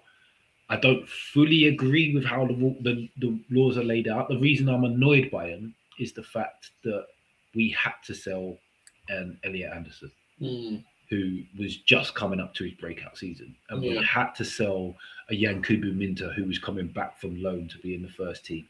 And we have to do stuff like that to stay within the rules. I don't think stuff like that is fair. Yeah. But making sure clubs just can't get an owner that's mega rich and spend a shed load of money, that's fair enough. Build and grow your club, which we're doing now. We're building a new training ground. We're getting lovely new sponsors on random stuff that people don't even get sponsored. Like, do it. Do what everybody else does. It's the only way you can get better. I like that. I just think like personally, I do like what you're saying. But if I was in your shoe, I'd flipping be fuming. I'd want my owners to obviously be free and spend as much money as other clubs are spending, because if you just keep going this way, it's not helping your club going forward at all. Clubs are going to still come for your players and stuff like that. You can find a player and the next thing you know, City comes and takes him away, Arsenal comes and takes him away. I get what you're saying, and I like it because I always like to brag about clubs like us and Liverpool and United, where we like worked for our history, instead of like teams like City and Chelsea who have just gone, new owners, please. See, I will always push back against that argument as well, because regardless of who you are, at some point down the line, there is some dirty money pumped into the club to help you get to the next step. Every single club is the same. Yeah, but we didn't need no, every club needed it Every club needed it. It needed to be done to push you to the next level before your stadium and all of that. Yeah, but it's not like there would have been dirty money pumped into the club. Yeah, but it's not like but even look at us before while we did move into that stadium, we nothing. We went out like how many seasons without even spending crazy money. We had to struggle. We had to struggle to get back to where we were. Yeah. So I look at teams like Chelsea and City where within 2 years of their owners buying them, they're pumping money straight in, and now they're challengers and stuff like that, having to buy a whole new squad and stuff. I'm talking in terms of that. Like they're not a club that I look at and think, you know what, they've earned their way. Like you want your Newcastle to be. Like we learn our way. It's fine. We'll get it. It'll be a lot more fun when we get there and start slapping teams off the perch as well. So I'm not that phased about it. We'll that's what I like. And stuff like this is a fantastic point from Ginny. I don't know if anybody's seen it, but if you haven't seen it, Newcastle have got a lovely new lilac third shirt, which we now have a front of shirt sponsor called SHOCKS, which is a hydration drink, and their logo is black. Doesn't seem to work with a lilac third shirt, but if you Google Riyadh Air, they have the exact same shade of lilac as their company color. So the Premier League, it was all lined up, it was ratified, there was nothing dodgy, it was within market value and all of that stuff, and the Premier League went, nah, you can't have that as your shirt sponsor. That's fucked up, man. So we then had to go and get another shirt sponsor to fill the void. Nah, that's just like I've never seen anything like this, man. I'd understand it if we were going, we're gonna sponsor you £300 million for the front of your shirt. It wasn't even anything like that. It was all above board. It was all that's relative market value, all of that. It was all within that, and they just went, nah, not having it. That's why we've got a lovely lilac third shirt. But that's why I feel like I agree with Stocks in terms of this big club stuff, because they would never ever say that to us, or City or United. They would never come to us and be like, nah. Like, that's I've never heard anything like this. This is crazy. To be fair, he had no influence in our club whatsoever. Yeah, but it's the money. It's the dodgy money, Samir. He might not have influence, but there's dodgy money. I'm telling you. State Cricket ain't exactly another person of virtue either. Yeah, so. No. People don't like that last bit of what Ginny said there. There is no ethical billionaire out there, and that is factually correct. People do not get to that level of wealth without being dodgy at some point. Yeah, but you got to think. Arsenal were Arsenal before these lot. That's what I'm saying. Arsenal were Arsenal before all these billionaires. Yeah, but no, you're not. So I'm not saying that their money created Arsenal. I'm saying that Arsenal got to a point where they needed an influx of money somehow, some way, and they figured out a slightly dodgy way of doing it. Same as Liverpool, same as Man United in the 90s when they couldn't get anywhere in Europe. Every single season they were getting slapped up in Europe. They needed an influx of dodgy money somewhere. They found it. Liverpool found it when they needed it.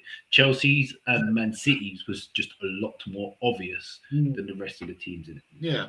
Like Tottenham. Tottenham are where they are now, Tottenham have never been a successful trophy-winning club over the years for them to be in the same financial position of the rest of these clubs. Yeah. How is that possible? Yeah, that's for them to sit at the same table as clubs that win or won quite consistently for a period of time to be where they are. That's very true. No one can tell me that's like a proper way of growth. They'll put it down to like stadium organic growth whatsoever. They'll put it down to like the stadium. But how do you pay for the stadium? How do you do all that stuff? Yeah, that's very true. That's very true. So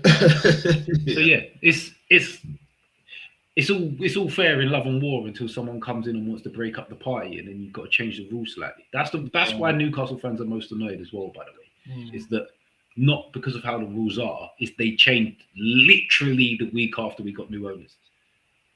Yeah. Literally. And they're like, well, you voted for it. It was, but yeah, we did, but we had two choices. We had that evil or that evil. Which one do you prefer? We couldn't opt out and say we're not following the rules. It was like, which one of these sets of rules that you can't actually build with do you want to work to? Which one? Pick.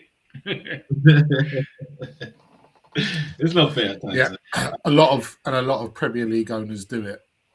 just to stay part of on the gravy train. So like all the academy rules and things like that. I saw since West Ham have been relegated, I've seen a lot of Championship creators go, "Oh, when was the last time West Ham had got something out of their youth academy?" And they're saying, "Oh, James, other than Mark Noble, would be like James Tompkins," and looking at it disparagingly. But West Ham signed, so like the cartel at the top said, "Oh yeah, we'll share some more winnings further down the table, but you've got to agree to scrap catchment areas for youth players." So West Ham are getting kids poached. So we've loaned someone from Man City that they poached from us. And things like that. And owners sign up to this because the bigger sides will go, "Oh yeah, we'll push more prize money down, but you've got to agree to this." And they do the same to the EFL. So as you say, no club's clean and virtuous. Nah, of course not. Not at all. Not at all. And we're doing bully boy tactics in that respect at the minute when it comes to youth players, because we seems to be every week there's at least one coming in for the youth team. So yeah, you just kind of got to get to the point where you play the game and just be a bit of a dickhead. So you both at the same time. Big chance for an equaliser. Yeah, all you got to do is get on target tonight. Get on target. You're in with a chance. Just kick it at him. I've got a vested interest in Fulham this season as well, because I'm doing a pick six thing in the Premier League where the teams are split into pools, 6 different pools. I think it's 5 or 6. 6 different pools. Yeah, it's called pick six. Of course, it's 6 different pools. You bellend. And you pick one team from each pool. And like obviously, pot 1 when they score, you get 1 point. Pot 2 when they score, you get 2 points. And I've got Fulham as my wild card, who I think they're in pot 5. So that means they get double points every time they score. Oh damn! So this could earn me big if they get another release. Oh wow. So we've had a go at a few clubs. We've got to move on to maybe one of the funniest ones was Man United, because we've got half hour left and we can't let them escape, can we, Samir? Samir, we hadn't forgot. We hadn't forgot. There just hadn't been a natural pivot yet. So I was crowbarring this in. I was crowbarring this in before whatever I had to do. I think that was the biggest one. So yes, this was early Saturday, wasn't it? This was 12:30 Saturday, wasn't it? 12:30 Saturday. Whole Man United, who are apparently going to challenge for the title, by the way. Go in against Hull, put in a stupid amount of crosses with no striker on the pitch, and get beat 2-0. What did people think of this? I could only think of you. I told you so. I told you so. Because this was only just last week. We was like, nah, you know what? United could, and then they go and embarrass us like that. No, but like, if you look at it logically, Stocky's. I'm gonna steal Stocky's terminology here. Carrot caught lightning in a bottle.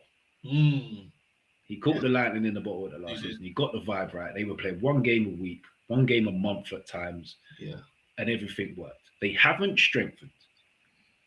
They've had a rotation of players. So they made a good signing for Tielemans, but Casemiro's better than Tielemans. Let's not pretend he's not because he's old. He's better than Tielemans. They've signed that geezer from Chelsea. I can't even remember his name. Who's whack? Just a runner. Santos, he's just a runner in there. So it was like a money laundering deal. That definitely, because they've got a back four. So they arguably their back four is the same back four that started the 22-23 season. With having So if you played who's the Portuguese right back?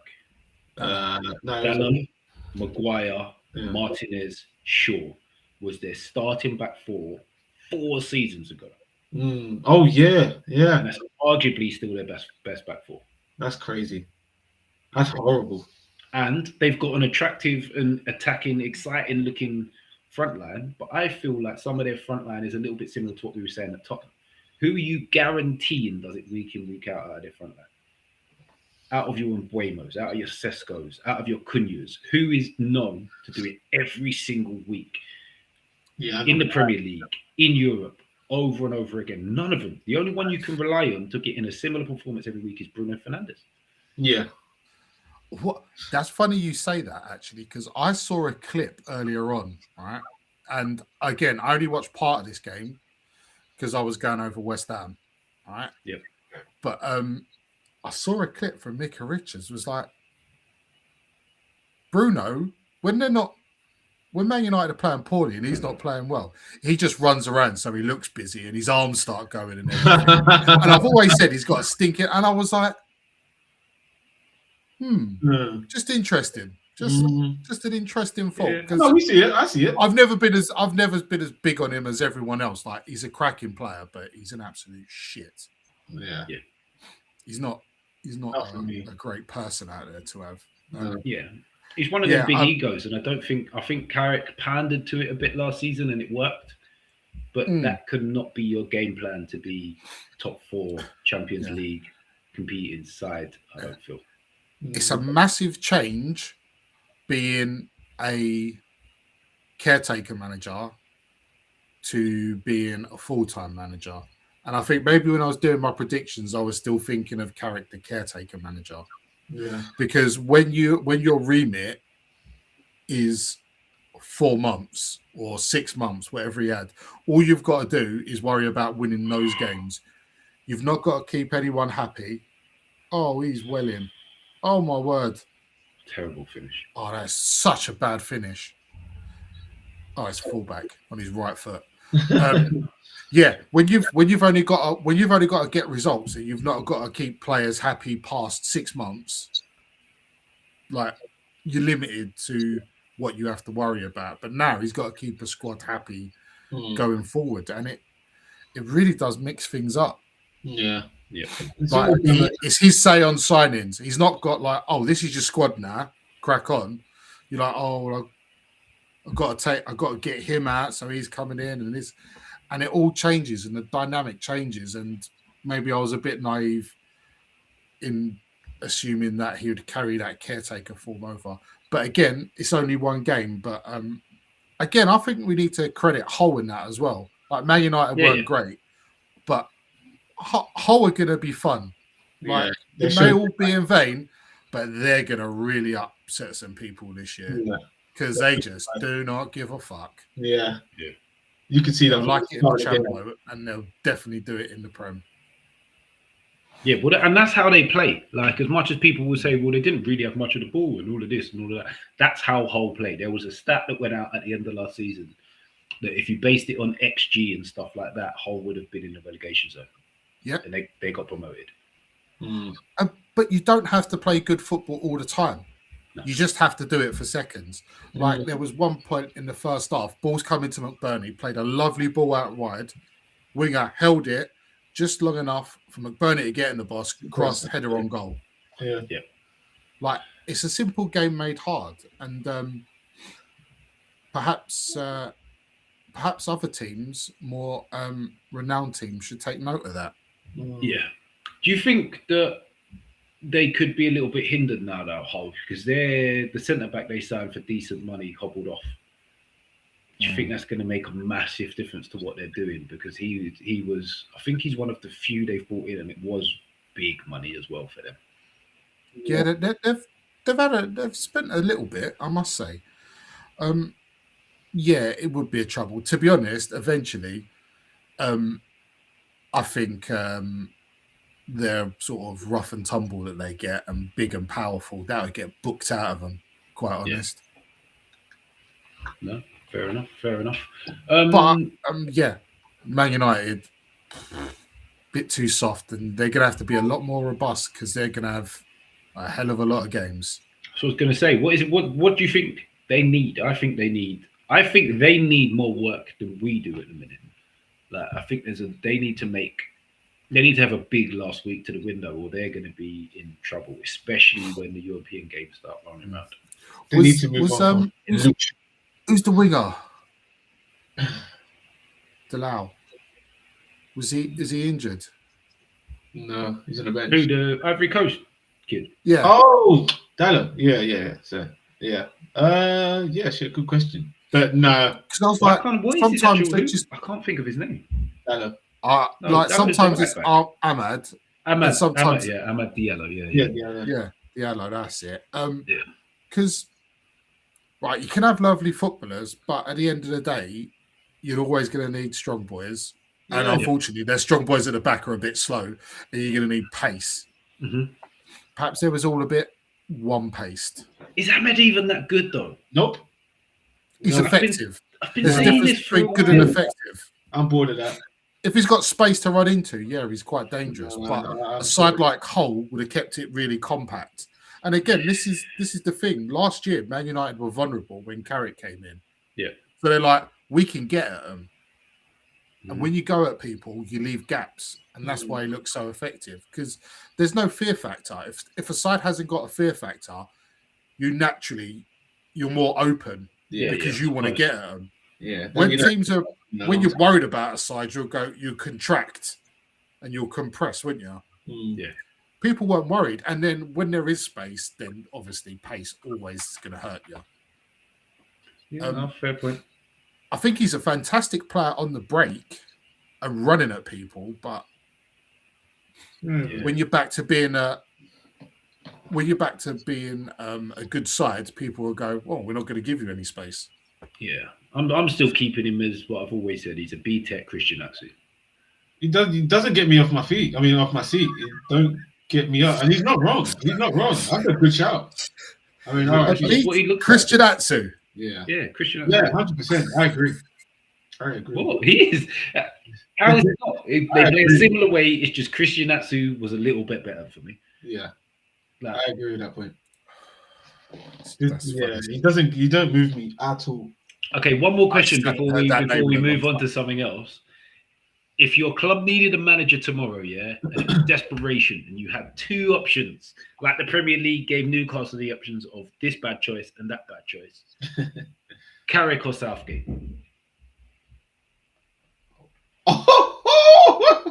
The fact that both of you are thinking Stocks just tells you everything you need to know about Michael Carrick's level as a manager. Yeah, it does. It fucking does. I think he struggled. Well, you said your club. My club's very different. We've got a different thing. I think. It's an interesting question. In a way, it's both horrible. I just hate hearing Southgate's name though. That's the perfect. It's the perfect question because it makes you think. Yeah. It's a perfect question. It's and if you have to think, if you're thinking of someone to pick between anyone and Gareth Southgate, you know that neither option is that attractive. Yeah, that's bad. For that status, yeah. For that status of club. Yeah.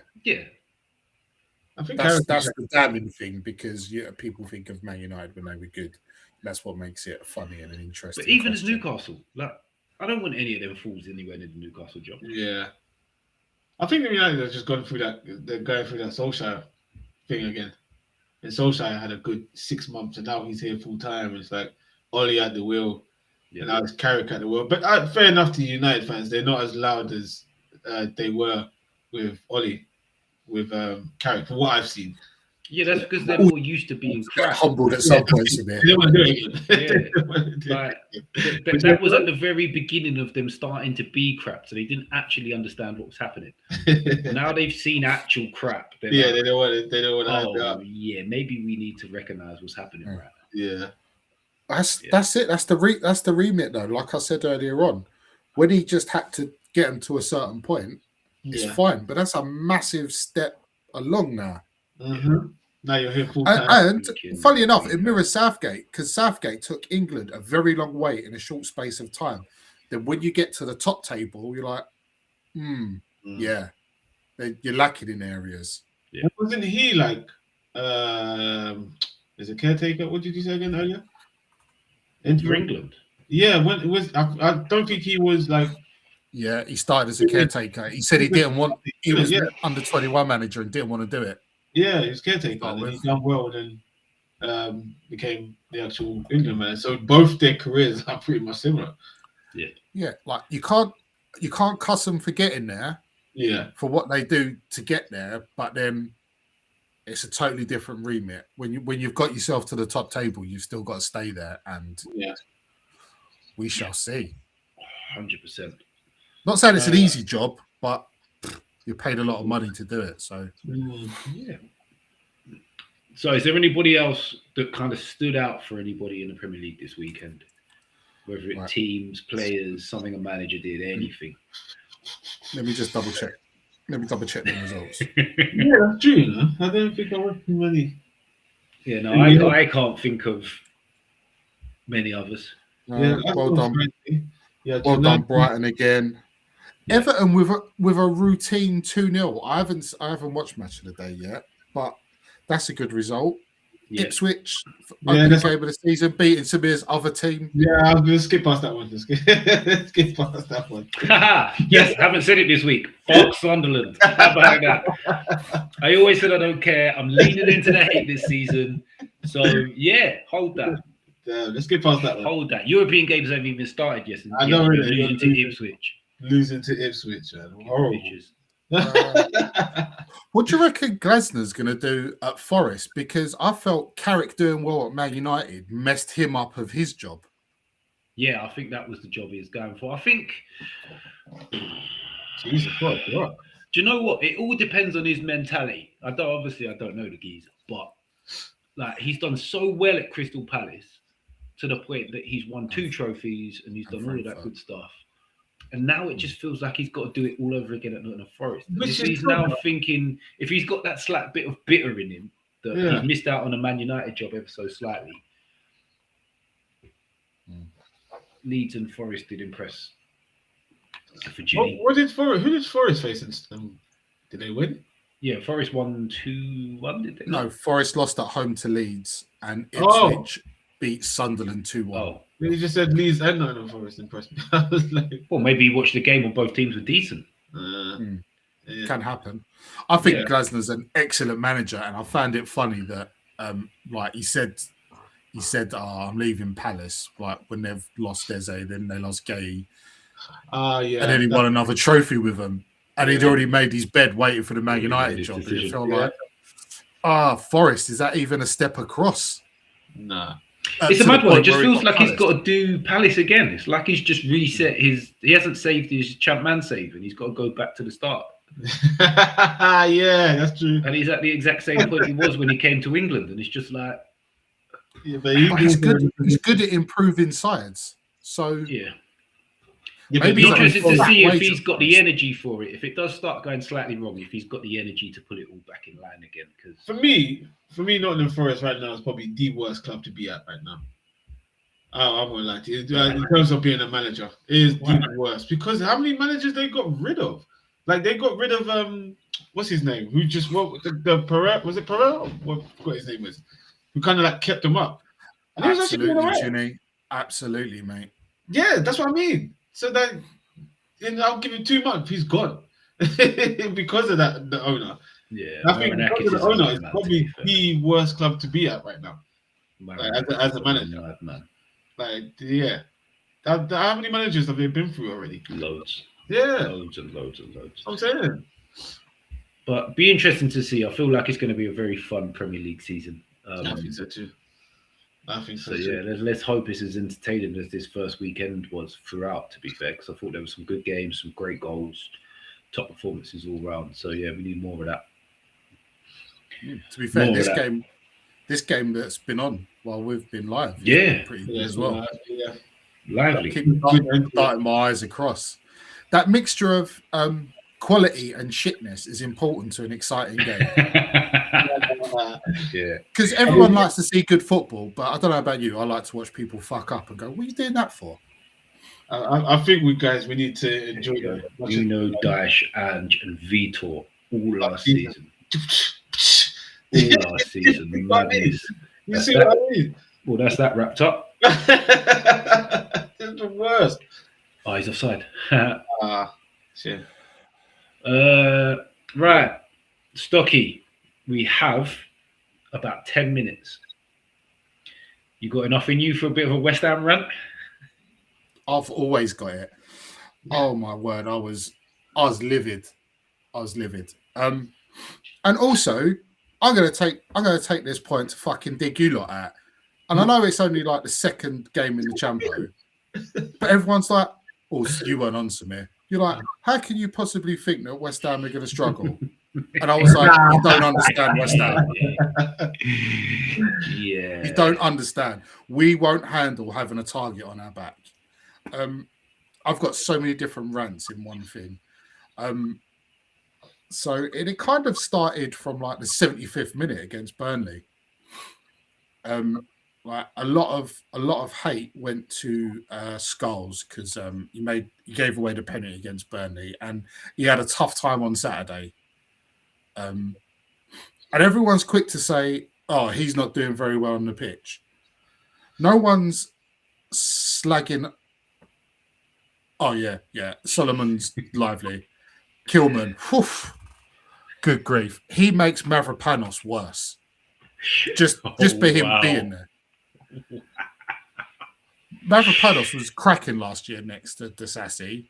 Yeah. And as soon as Kilman's there, he's all gone at sea. Everyone's slagging off Scholes.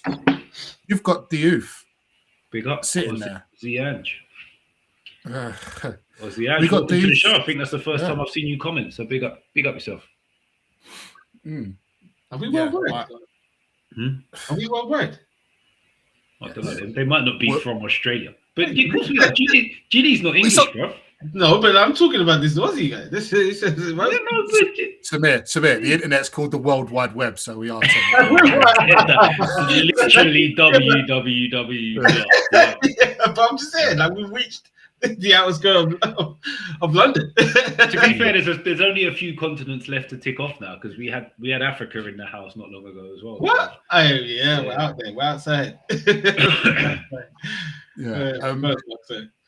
Yeah. So like we got players like Diouf that are refusing to play because he wants to move. We've got all these players on the bench earning like hundreds of thousands of pounds a month. Yeah. Like not similar wages to the one you were talking about for Newcastle, mate. We're trying to get them out. We can't get enough players in. And even when we had Potter, I try not to dig out managers. But Nuno, really, his setup is so insipid. It's like, I'll put these players out and they'll win a game because they're better. Yeah. And that's not how you win games of football. Yeah. Like, the Championship could be one of the hardest leagues to play in. It's brutal. People are in your face. It's quick. And West Ham are just trying to keep the ball, and we'll just keep the ball until our good players can do their good thing. People say, Charlton did so well. No, they didn't. They weren't good. We made them look good. We made easy decisions for them. We conceded a poor goal from a corner. Then all they've got to do is sit in and just soak up the pressure through the inevitable sources it's going to come from. Yeah. Like we've got two short strikers and we kept trying to cross it in to two centre halves that just headed everything and were pretty good. Just absolutely played into the hands. And after the game, Nuno said, I've got no worries about the way we played. And I was like, it's absolutely about the way we played. As soon as we're like, we've got to go and win this now, and started attack. Charlton were at 6s and 7s because, like, we don't embrace the chaos of the Championship. We're trying to control it like in a Premier League style of controlling the ball and wait till our chances come. This is the Championship. It's getting people's faces because that's what people are going to do to us. We're too passive. There's not enough commitment. And it is going to be a long-ass season, just like I assumed it would be. Yeah, I was fuming. People tried talking to me. Do you know what? People were actively moving a seat away from me on the train because of that face I get. They're like the one I used to have at Hale End when you could actually see steam coming out my ears. Yeah. I was so angry. It at least took me till around 2:00 this afternoon to even start to level out. There was John saying Dr. Southampton are coming to town. It'll all be okay. No, mate. It's the Carabao. It don't count. We need league points. Do you know what? Before Charlton, loads of West Ham supporters were fuming that we drew 2-2 with Burnley. And I'm like, there's no panic. There's no panic. If you average 2 points a game for a season, like you're in the 90s, you're going up. Yeah. And then we lost at home to Charlton, who have been tipped to get relegated. And like we absolutely give it to them. And then I was like, it was my turn for head loss. I just had mine a week later. Everybody panicked. But Giddy was right. Engels looks okay. I think he'll be ready for the physicality of the Championship because he's played in Scotland. Solomon looks lively. But just, when you asked the Southgate question, Mitch, I stopped because I was like, Southgate would make us remember who West Ham are. Yeah. We're not a side that would dominate the ball and beat teams just because we're West Ham. You've got outwork, outfight, like proper West Ham. And we're just not doing that in a minute. And I think you need that Millwall game quite early then. I don't know when it is. It's the last thing we need to do, mate. Just to wake you up a bit. Unless we can reanimate Mark Noble's legs, we don't want to play Millwall. You need someone around the club that gets it when Millwall come to town. Boy, and that's the thing. There'll be team talks. Watch what Millwall are doing.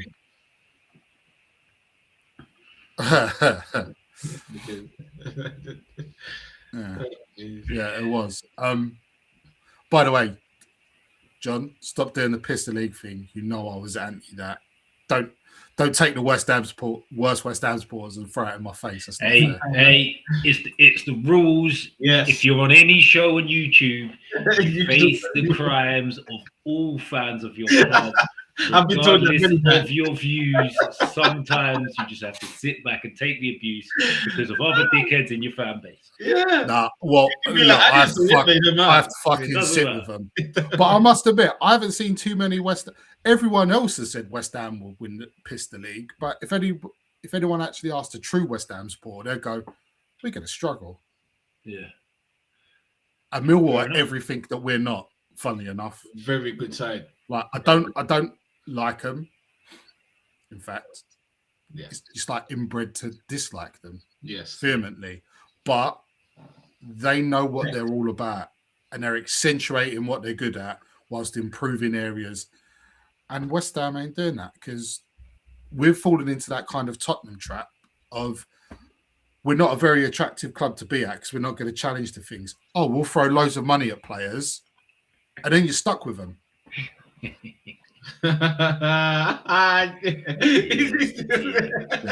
Yeah, to be honest, we don't pick on John for that enough. Yeah, I mean, if anything, we dig him out for packed lunches in the stands.